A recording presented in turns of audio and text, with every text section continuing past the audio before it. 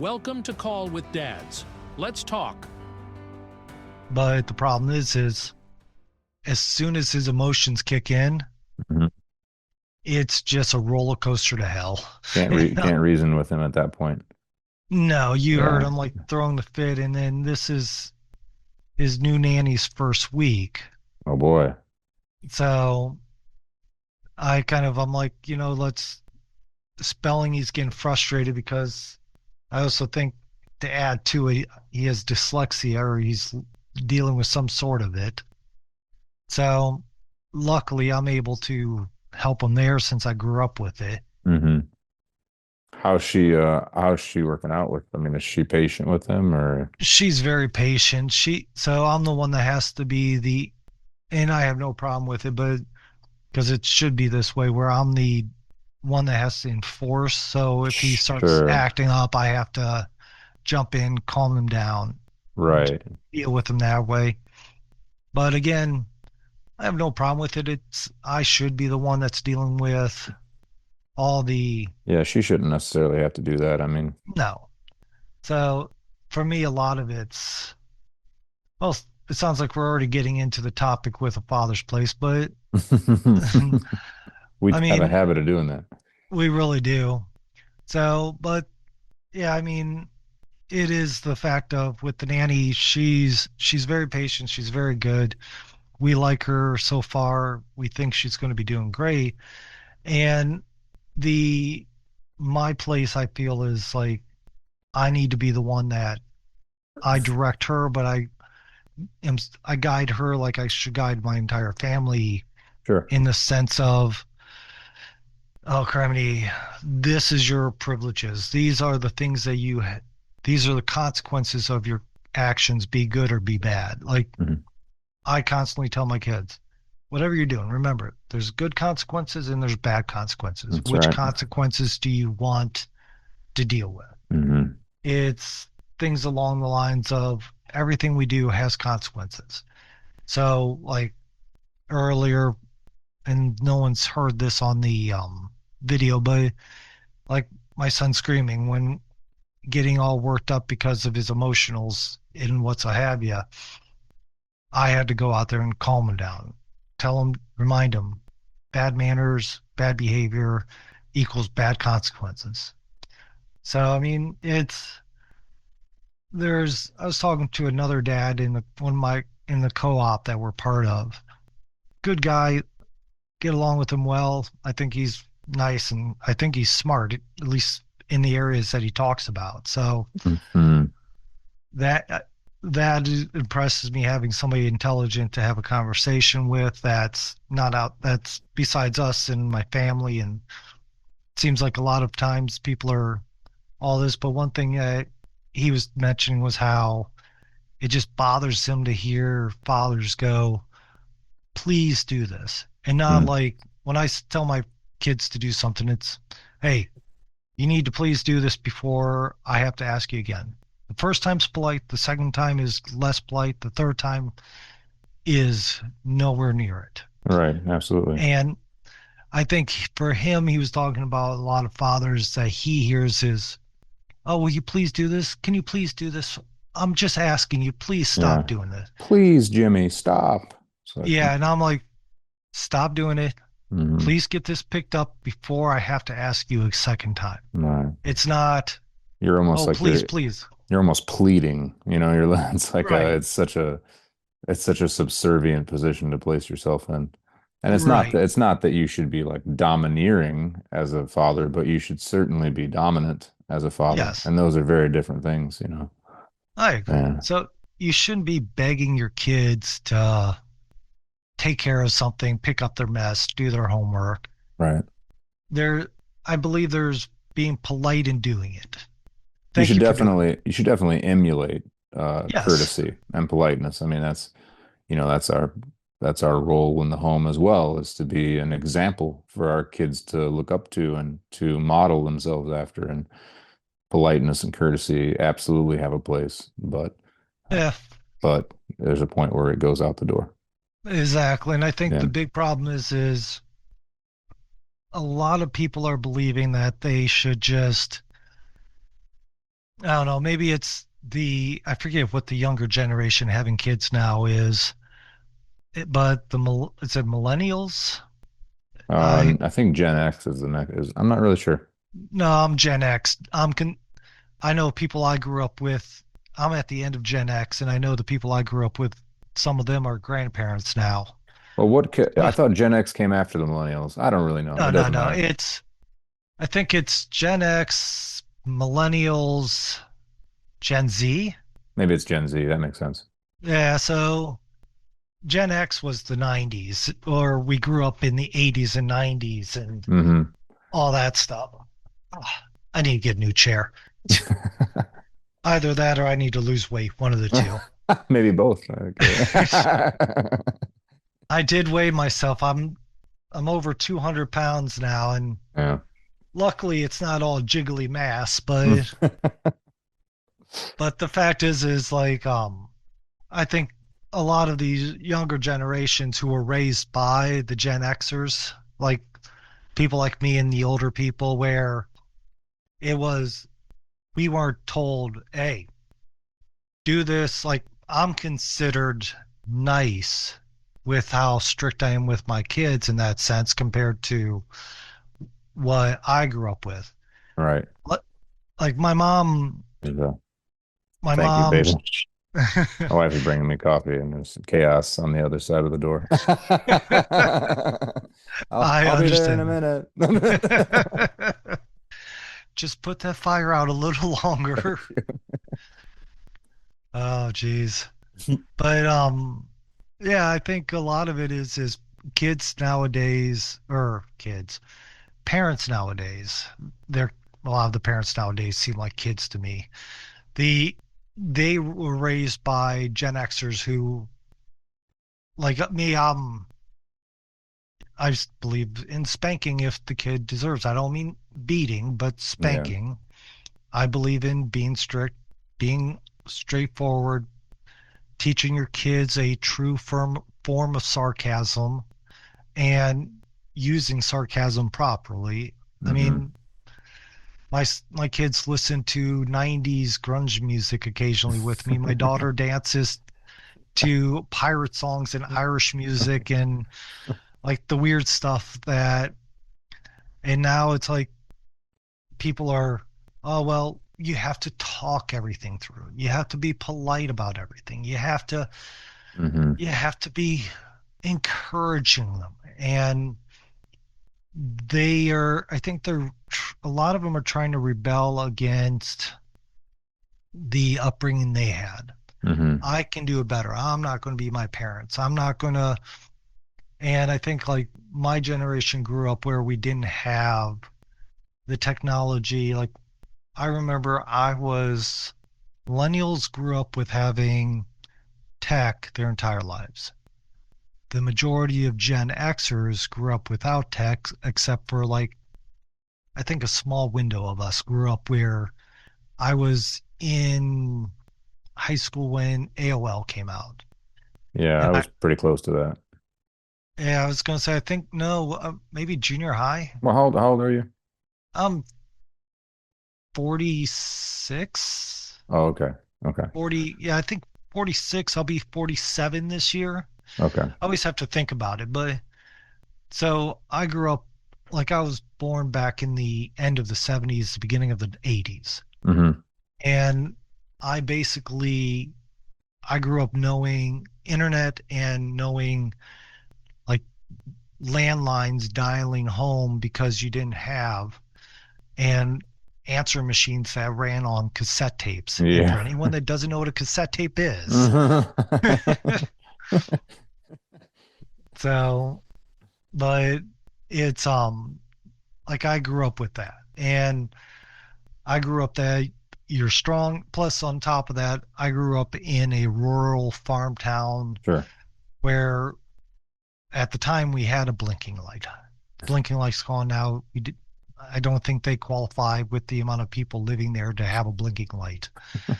So the whole thing comes down to is that with everything I grew up with and how I'm raising my kids are basically being raised the same way that a lot of kids raising kids now dealt with. Hmm.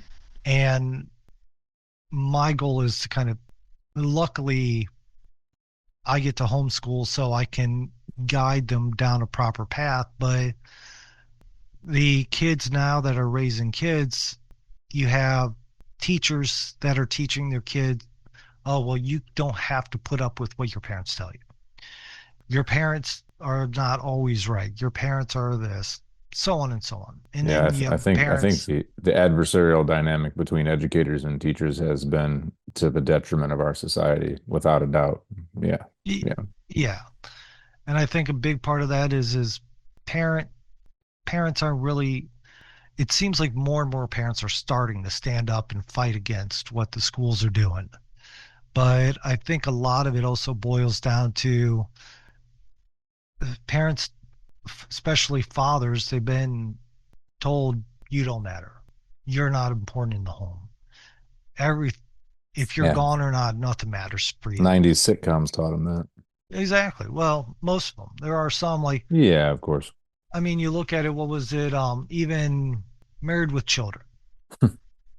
You would sit there and think, oh, the father's Al Bundy was bad, blah blah blah. But if you ever watch it, Al Bundy was always there for his wife. He might have made bad comments and what so have you.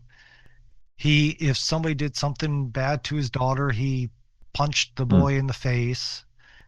I It remember he watching it as a kid, but I don't ever watched it closely as an adult, to be honest with you, to see. I'll, Yeah. I'll tell you what, I watched a couple episodes and some clips as an adult.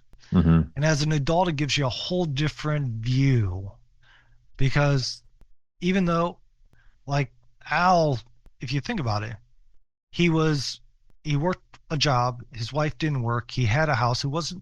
He acted like it wasn't a great house. Hmm. But if you think about it, he lived right next to a lady that worked at a bank, or I forget what, I think her name was Darcy, what she did, but had a good job, all this. And it wasn't like it was a bad neighborhood from what it appeared. But he had a house, he provided for his family. He His wife helped with the kids. She was interesting. It was basically a weird dynamic of a family. At least it appears as a weird dynamic now, but Al in that show stood up for his family. He might make a joke, but if somebody made a joke about his wife, he would Hmm. punch him.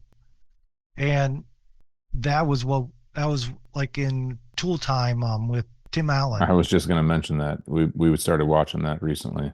Yeah, Uh, we only that's a watched a great couple show. episodes. It is, I mean, there's also a lot of dynamics that go on there that I think was the kind of the beginning of, like the most recent wave of feminism and stuff. Like in the first couple episodes, um, she's kind of complaining about being at home with the kids and how she needs to get a job. She's got to get out of the house. And, he kind of like succumbs to her authority like many times over. And he's kind of framed as like an idiot in a lot of ways, like when he's in the garage, like tinkering with these things and he's got these like harebrained ideas and she doesn't support him at all. She just kind of is like, oh, okay, whatever. And then she inevitably ends up being right. Everything goes haywire and she was right all along. He was incompetent. And I'm just like, man, this is just kind of like as an adult now thinking about it Yeah, and watching that show, I'm just like, man, this is, and maybe it changes in the later seasons. I don't know. But just the first couple episodes we started watching, and I told my wife, I was like, I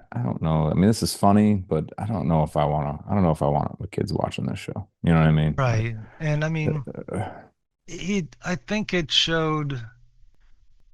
I think it showed the, so I don't remember the beginning episodes. I remember yeah. the later episodes because if I remember correctly, she never got a job. Okay. And if she did, I don't remember it. But if I remember correctly, it focused a lot on the main character, Tim, being very focused on his family, Hmm. focused on doing the best job he can so that his family can have a good life and so on and so on. Um, I think a lot of it comes down to the shows that came out after, like that era of shows because you had the shows before it that would show dads, Mhm. and then dads would be important. Dads would be somebody that you would Little House on the Prairie is one of my favorites. a good show. I mean, It's, the it's dad was a screw up, an but amazing series. And Little House on uh, the Prairie? was he Little House on the Prairie? That's the dad was always trying to come up with a knows the books that he was the screw up. I don't remember the show very No, well. I've read the books and the show. We watched the show with our kids recently, and I think it's something different. yeah, possibly he's a pretty upright citizen. I mean, he's constantly, going to great lengths to provide for his family. I mean, they certainly are not wealthy by any stretch of the imagination, that's for sure. No, but he has like But a ton of get rich plans and things like no, maybe I don't think so. I must be thinking of a different set. Could be. So Yeah. Yeah. I mean, it is what it is. There's a lot of those uh, shows from back in the day. No, but Little House on the Prairie for us has always been a kind of a staple in our household. It's very feel good, that's for sure. right. But it just demonstrates good values. His relationship with his wife um, is amazing, honestly. And he's always working hard to provide. Like I said, they're not wealthy by any stretch of the imagination, and they live in a really tough time, obviously, in a small community. And actually, the wealthy members of the community are actually portrayed in a very negative light. Like, Mhm. not that they demonize wealth, but Nelson is his name. He owns the local general store, and his wife is very like dominant. She's Uh, very like catty, very like high society. She thinks very highly of herself, and he's very, to use a term, he's very whipped. right. He's very passive. His kids are just like total brats. It's pretty interesting actually, but a lot of the men in that community are portrayed as like upstanding men, and they face a lot of really hard times. Um, and I'll it, have it's to look at it because it like I thought I remembered it, but obviously because I remember reading what I thought was my memory now it I mean, was our I thought memory is always faulty, man. yeah it Like I is, said, but I it think goes to show watching something with a fresh mind now, it has kind of a different take. oh And yeah so but that goes back to what we were starting to talk about with the whole you have so much before like our generation growing up we watch fathers being in the home hmm you'd have goofy fathers you'd have like the sitcoms or things like that you would have but there was always the example of a strong father in the home hmm and then you had the whole thing where you had stuff like what is it there's shows now where kids watch like Peppa Pig I think it hmm is where they're always Peppa is pretty terrible in that show. She's got a pretty horrible attitude, and just not a good example. I think Bluey's better, but Bluey I feel like is an unusual example. For the most part, I think yeah, modern shows are pretty rough. And heaven forbid something like The Simpsons or Family Guy, which, the dad is just the blatantly obvious comic relief. But, it's, I don't know, it's not a good look, you know? right. So but yeah, I mean, but like Peppa Pig, and I've never watched Bluey, so I can't speak to it. Yeah, yeah. We limit a lot of what we watch, but like I can speak Peppa Pig, they're always negative to the father. hmm What is it? Llama Llama. There is no father in anywhere Hmm. in there. Hmm. I've never seen And it. I think, well, it's a book series. Oh, And I think the author of that, oh, I know what you're talking about. Okay, yeah. I have seen a few of those books actually, yeah. and I think the author even confirmed that it's a single mother. hmm So, and again, this is going back to memory. So if I'm wrong, put it in the comments and tell me. But Tell us we're wrong. We like being told we're wrong, actually. if I'm wrong, I'd rather know that I'm wrong than. Uh, But I mean, you look at the stuff that's coming out now. It's all about woman power. The men don't matter, and younger men seem to be standing up again about their rights. They're not trash. They're not this. yeah. They're good people, et cetera, et cetera. And I think what it is a lot of between the schools tearing down men, telling kids that your parents don't matter, trying to break up that family structure because the more you have a weak family, and a weak family starts without a father in the picture. Hmm. I mean, don't get me wrong, like for many years it was just my mom and I. My brother lived with my dad, and then my stepfather came in, and he was a huge part of my life. But it's still the fact of if you don't have a strong father in your life, Hmm. then masculinity is not going to show. You're you're not, even for girls, they're not going to learn what a strong guy is. They're going to think that they need to run everything. They need to do all this stuff. And that's why divorces are high because Right. men don't feel like they have a place in the family anymore. Right. And it, I think people like us and people like Well, like, men also give up very yeah, easily, and oh yeah. and So, man, marriage in general is demonized. That's a whole nother can of worms. oh yeah, what is it? There's less and less people getting married and even less married couples having kids nowadays Mm. because they're told that why inconvenience yourself? Right. So, It's no surprise to me that there's a huge surge in Christianity over the past yeah, couple of years. That's not surprising at all. I think people are beginning to kind of open their eyes and understand what's happening, Um, I think so. there's actually some I was gonna mention this today because I was watching a sermon with Pastor Joby Martin. I don't know if you've ever heard of him before, but he's No, fascinating character, man. Probably the some of the best sermons I've ever heard preached. You know, I'm not like a big, I attend church. I know I've said in the uh-huh. past I'm a theologist, not a theist. That's evolving over time. Um, and that happens, I guess, the Yeah. closer you come to God. But I do like watching sermons, Hmm. particularly. But he does this whole sermon on first. I actually have it right here. He does this whole sermon on First Corinthians, um, 13, 1 Corinthians chapter 16, verse 13, and it says, and this to me is like one of the best verses I think I've ever had highlighted for me. He says, "Be watchful, stand firm in the faith." Act like men, be strong, and let all that you do be done in love. And he explains it. He's like, listen, in the middle of that, it says, act like a man, act like men. It tells you, what the point of the verse is. And there's four spokes that come off of that tell us what a man looks like. He's watchful, he stands firm in his faith, he's strong, and he lets all that he does be done in love. And I was like, man, that's like perfect to what we're talking about today. When it Yeah. comes to being a man.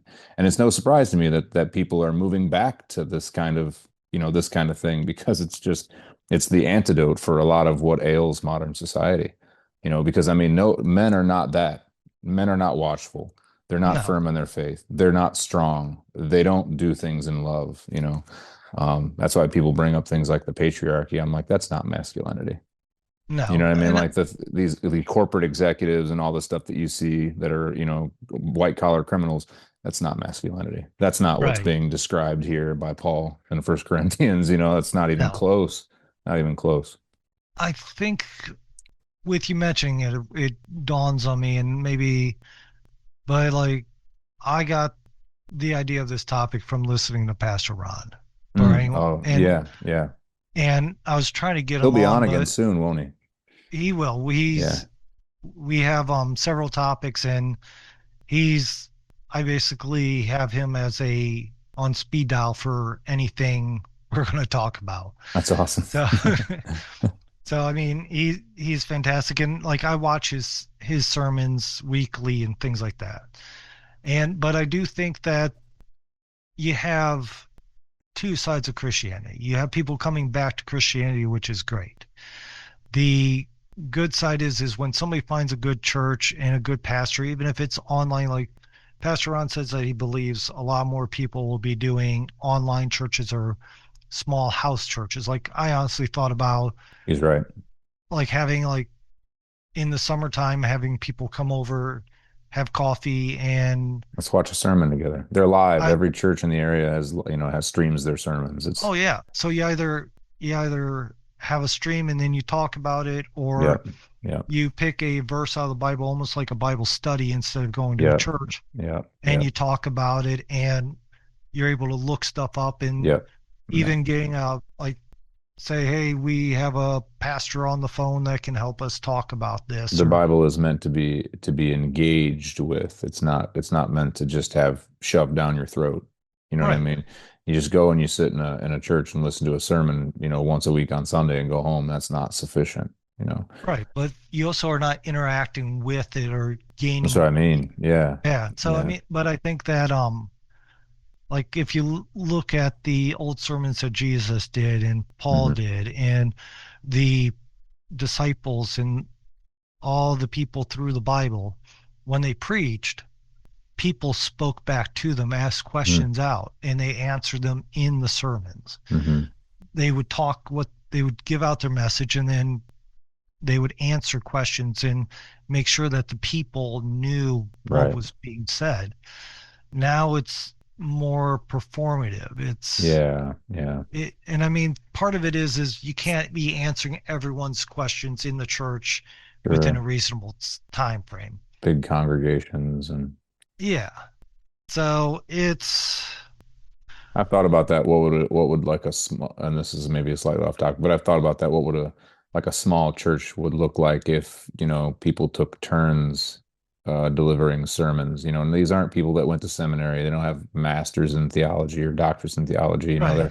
They're not like haven't been, a pastor for 30 years. Like these are just everyday people that are, learning, reading the word, learning what it means to them, and they're just kind of like, hey, I read this verse and this is what it meant to me. Talk for a few minutes about it, give a small sermon, and then we can all engage. We can have a Q&A, like you said, drink some coffee, have some muffins, and we can talk about it together, and, Well, and all leave richer because of it.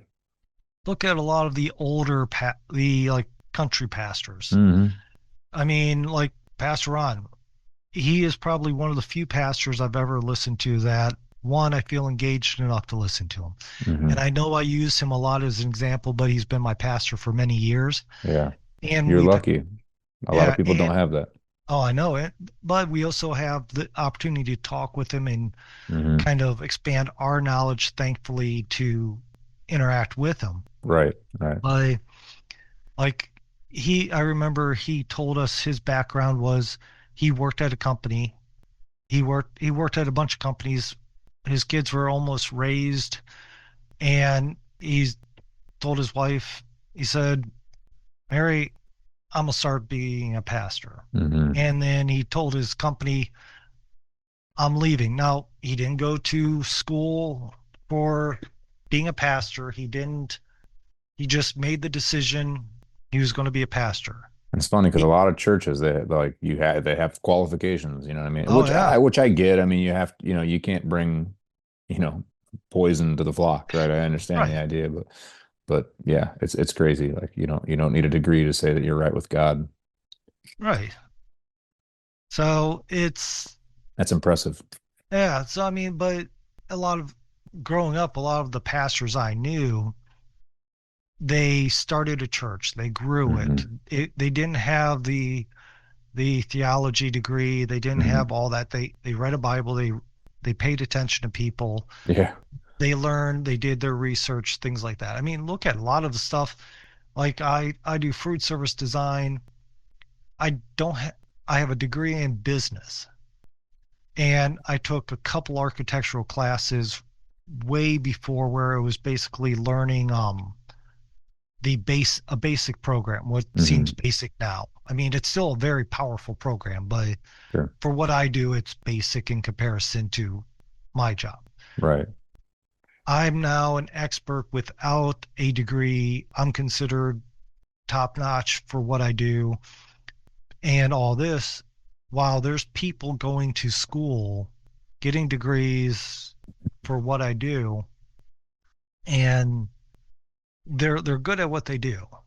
But they don't have the knowledge, the experience, things like this, to where it's sometimes understanding your knowledge. Knowledge is not always wisdom, is Yeah. what I've heard. And Mhm. understanding, you can have, like, my son, very smart, very smart kid, very good about what he does, and all this. So it's not an issue for him. He can comprehend a lot of things. He has a lot of knowledge.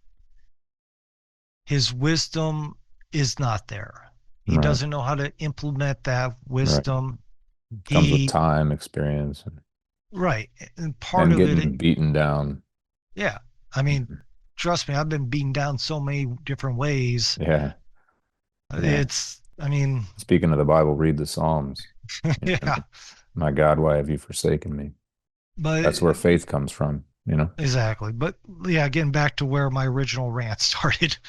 The fact is that if you have, like, people going to church, they have the woke churches as well that's telling Mm-hmm. them, oh well, if you want to believe this, they're trying to tell you that the true God is the same as every other religion's God. Mm-hmm. And you're like, no, that's not true. Mm-hmm. And they read one line a out of one of the books and tells you that it's pointing out all these things. Well, no, some of these lines are meant to be examples of what not to do. And but they limit what's being told, so they corrupt people in the Christian faith.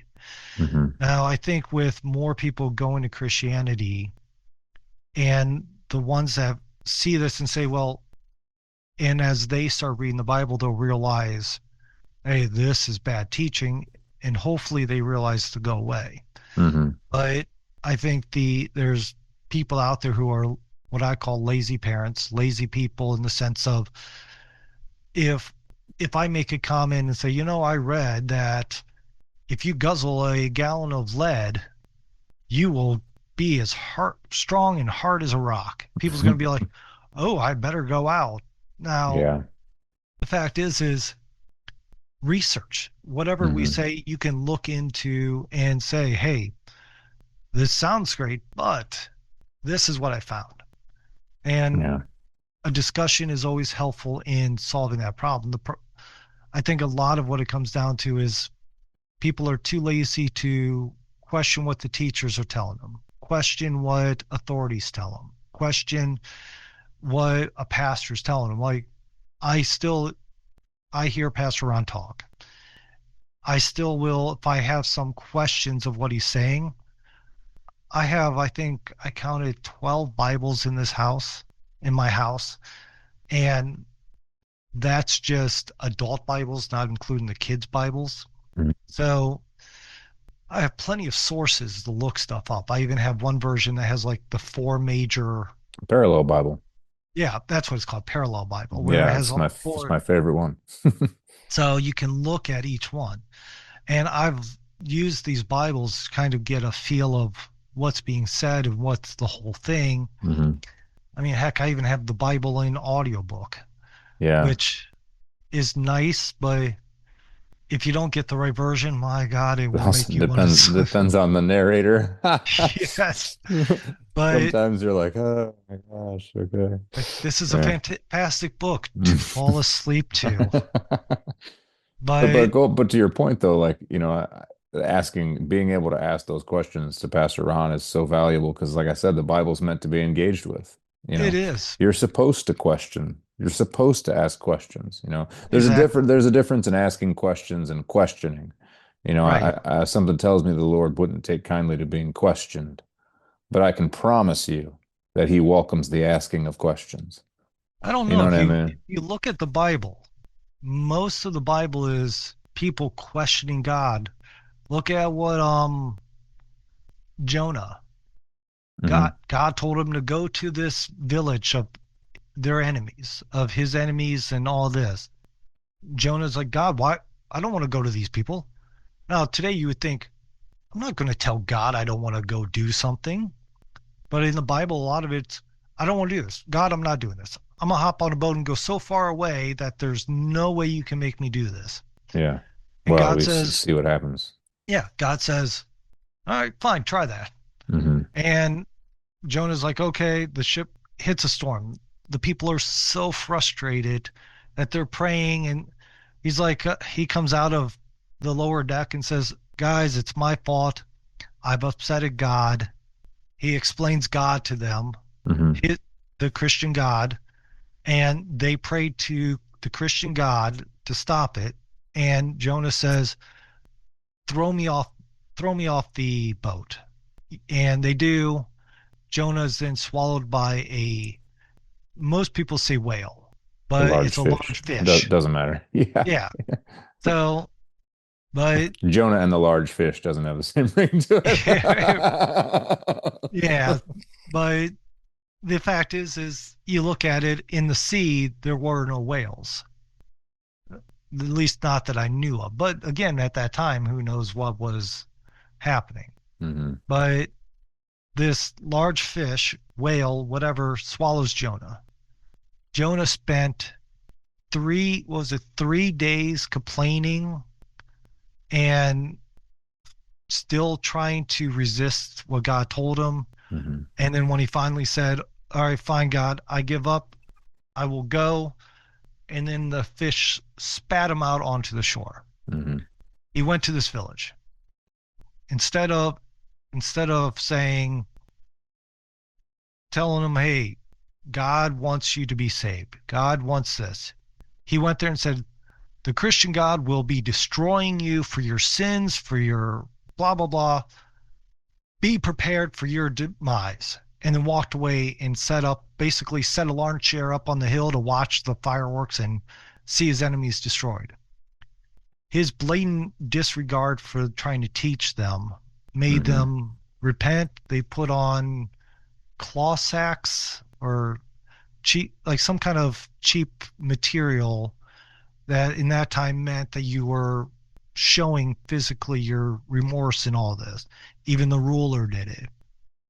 And the and it goes on and on. The point of it was is God God's if you question God, if you ask questions of God, he's some way going to show you how to do it. If God wants you to do something and you refuse to do it, God's going to guide you there the best way he's able to. Hmm. So I think the problem that comes into play in this scenario is a lot of people are no longer asking questions. They're not participating. They go home, they sit down, Right. they want to look, they want to look They like want the they're, optics. yeah. And Yeah. with you have the optics. Like I grew up with a lot of Sunday Christians and weekday sinners. You know what I mean? And I Oh don't yeah. mean like I sin every day. Don't get me wrong. Well, that's the whole point.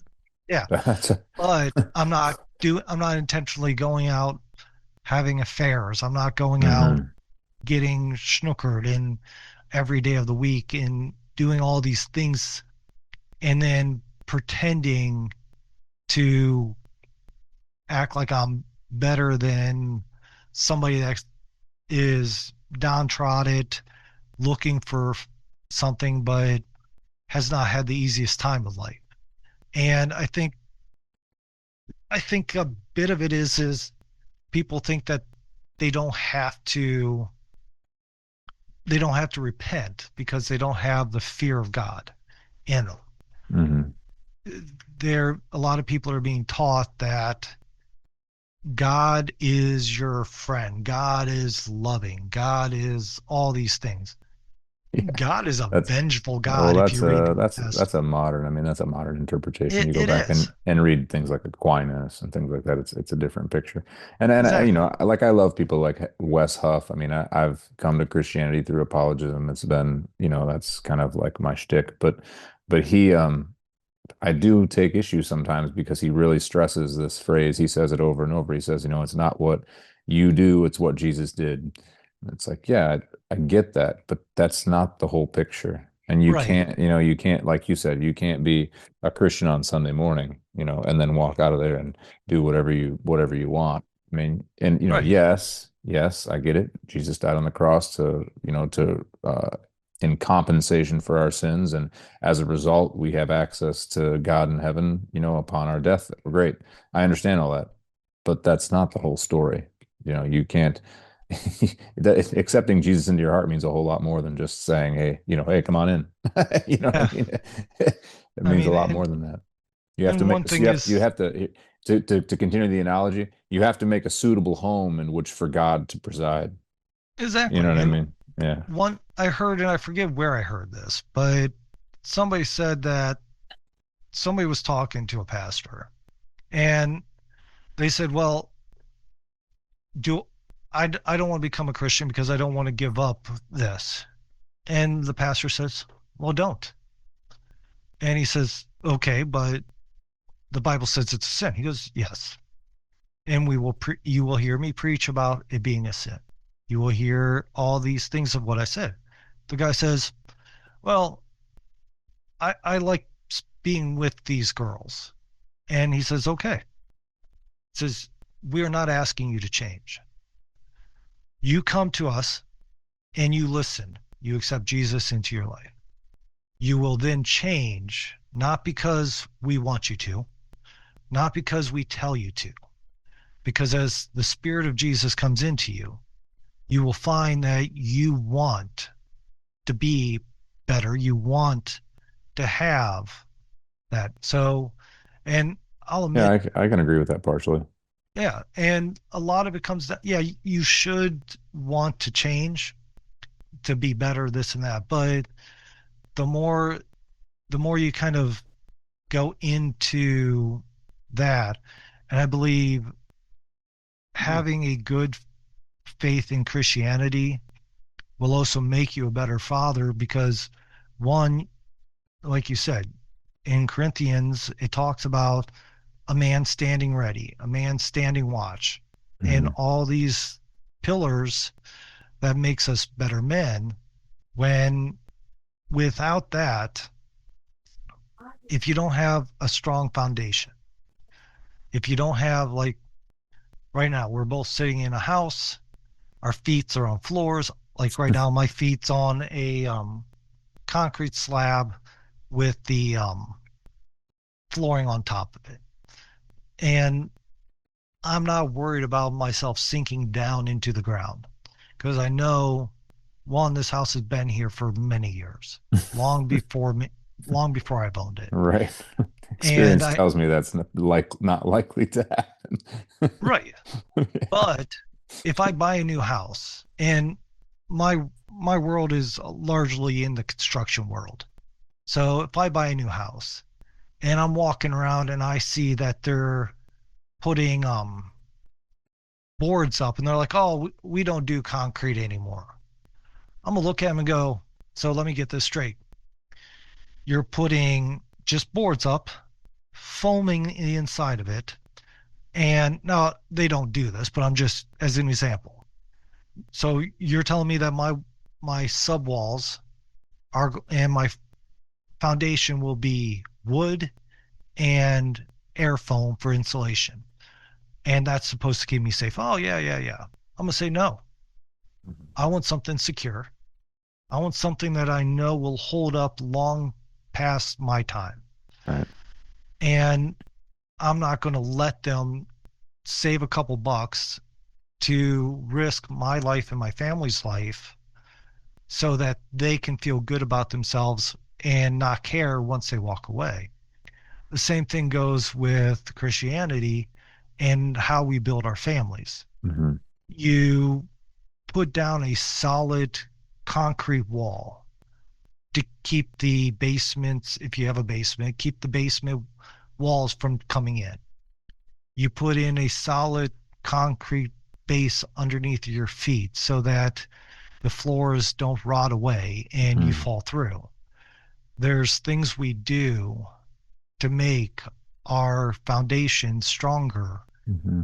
And as fathers, we need to metaphorically build that up so that our families are going to be stronger, smarter, and able to grow a family of their own without collapsing. Because if you're not a strong man, you're going to fall to whatever comes your way. You you could marry a woman that's just going to try to beat you down until you give up and all right, well, it is what it is. I don't care. You know what I mean? Hmm. Oh, whatever. You got me, blah blah blah. So I don't know. Personally, I think that we need to find the people that have not been led right, and we don't need to push them into the Bible.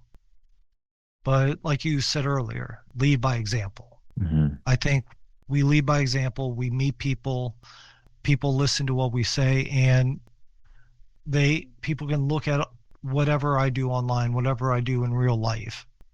I make sure that my real life actions match what I say here, what I say to my kids. So they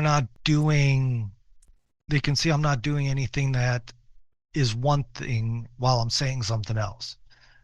I'm not saying you should never drink while I have a bottle of Maker's Mark behind me, a bottle of wine probably blurred out right behind that picture, all these things. I mean, I just bottled 30 bottles of, This has rum in it.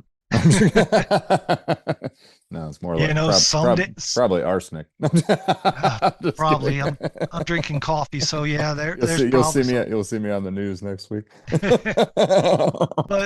the general overall is that I'm not I'm not saying one thing doing another. And I think what a lot of people will find is you have people that are more focused about how many clicks, how many likes, how many views they're getting. And don't get me wrong, I've looked at our numbers through the podcast, through the audio, through YouTube, and even some of the social media, but you know, I got to the point that I really don't look at our numbers It on doesn't social really matter, media. man. I mean, we're here talking about this kind of stuff for us, and Exactly. yeah, But we're building a strong foundation for our families, and if other men decide to come along and listen and engage, just like we're supposed to do with the word, right. engage and build good foundations for themselves and their families, then the world's all the better because of it. And Hmm. we're not perfect. I mean, the stuff's a lot No. easier. Like Jim Rohn says, the stuff's a lot easier to talk about than it is to do, you know. Right. But the first step is talking about it. So we're Oh building yeah. that foundation. You mentioned it made me think of another verse. Um, that's what I was looking at my notes to try and remember what the verse is, but it's in First Peter 3, which is like it's titled Wives and Husbands. It's kind of the whole section where Peter kind of talks about that. But um, he says he says. In your hearts, honor Christ the Lord as holy, always being prepared to make a defense to anyone who asks you for a reason for the hope that is in you. Yet do it with gentleness and respect, having a good conscience, so that when you are slandered, those who revile your good behavior in Christ may be put to shame. For it's better to suffer for doing good, if that should be God's will, than for doing evil. And I thought that's fascinating because you talk about building that good foundation and being an example. And, yeah, you should have the arguments. Yes, you should have defense for what you believe. Yes, you should honor Christ in all you do. But at the end of the day, you know, being a good person is sufficient. In fact, Right. it's not only sufficient, it's paramount. It's so Mhm. important that God says if you do good and suffer, then you're actually better off, you know, Right. than the alternative. And I don't know. That's a deep thing to truly understand. Lead by example, be a testament to who you are and what you expect of others, and lead your children in that direction. And hopefully one day they'll stand as a testament as well. They'll stand as a testament not only to goodness, not only to Christ, but a testament to you as a father, because they're another pillar in the construction of that building, of that family structure. Um, and there'll be a foundation for their own family in the future, hopefully. Right. And Yeah. I think that's the big thing is we we need that. I mean, like let's look at in all truth, like 3 years ago when this started, right? Hmm. I was I was a Christian, but I wouldn't say I was a knocking down the walls kind of Christian, you know. Sure. Pancakes, he flat out said, I'm not a Christian. My kid goes to a Christian school, but only because, and he gave all these reasons, blah blah blah. Hmm. Sure. And I believe in all the things that Christianity values, but I just don't believe the one thing that, well, look at it. A lot of people will sit there and say, no. like, what is it? I've listened to lots of debates and discussions. It's Oh yeah, something I get into. me too. And one thing that I've noticed is you always hear people talk about Christian values as world values. Hmm. And I'm sitting there going, well, no, because the fact comes down to is a lot of these things that we value as modern values were only brought in per values that were taught by Jesus Christ. Hmm. Like helping the poor, not having the government help the poor, but you and I helping our fellow man. That is a complete, in the stretch of humanity, that is a new concept that came in Hmm. from Jesus's teachings. The fact of raising your kids to love God and respect Him and things like that. Value the children. That came in as a teaching of Jesus Christ. Hmm. A lot of these things was women, like even women's rights, respecting women came in through Christianity because before that, women were property, children were Yeah. property until they got to a certain Yeah. age. Read the Quran if you want to learn about that. That's kind of Yeah, exactly. well, So the Richard Dawkins stuff, he even says, he uses the phrase, he says I'm a cultural Christian. I'm like, well, the, I think that's fascinating because I mean, and I understand what he's trying to say, but I think it's fascinating. And he's like, well, I would prefer Christianity to Islam, or and it's like, okay, well, you know, is it is it true because it works, or does it work because it's true? exactly, and it's You know, one of those things. It's like capitalism. You might want to say how bad capitalism is. Crony capitalism, I will say, is bad, but capitalism itself is a good thing because you give, like, all right, so you have Johnny down the street who he's a good guy, hard worker, all these things, but if George in the next town over didn't start a factory or start a business, hmm, then Johnny would be sitting there going, okay, well, how am I going to feed my family? right, Maybe I'll grow some plants and try to sell my crops, or maybe I'll try to learn a trade. And he's he's a hard worker, but he's not smart enough to figure out how to create something himself. He needs instructions. He needs people to guide him. He needs help with what he's doing. And there's nothing wrong with that. But without having somebody to guide it, build it, take the risks, do all these things, because not everybody's going to be willing to take a risk hmm, and start a business, do something to get themselves up. It's like having kids is a risk. You risk your time, your energy, your future. You risk them growing up and hating you. I mean, there's a hmm, thousand different. You also risk constant hugs, kids falling asleep on your lap, hmm. having Well, conversation. you're also following the will of God. Exactly. Be fruitful and multiply. It's Yeah. So I mean, not that hard to understand that. oh, I agree. But let's do this. We're going to be ranting for quite some time because obviously, and the cat's trying to have her tail interact with our show more than she needs to. But how about this? How about we end it because I kind of have stuff that I have to do. Plus, I have to get my son done with his Yeah. spelling. Speaking of kids, I just got off work, so Yeah. We'll spend some So time where do people find you if they want to reach out to you? on X at EarnHerRespect. Obviously, as always, that's the best place to find me. And then call with dads, callwithdads.com. You can find our podcast, find our YouTube listed there. A lot of the show summaries are going to be there. We we do post the shorts on X, Facebook, Instagram, YouTube. Subscribe to us on YouTube and tell people about us. Callwithdads.com, call with dads everywhere you go. Pretty easy to find us. So, and if you can't find us, go to the website and we have all the links there to find us wherever you want to find us. So, with that, we do appreciate everything. Tom, it's good to talk with you. We'll As get, always, brother. yeah, so I'll go this do is my the end. dad thing. Sounds good. I'll talk with you soon. All right, brother. Talk to you later. All right, bye. Bye.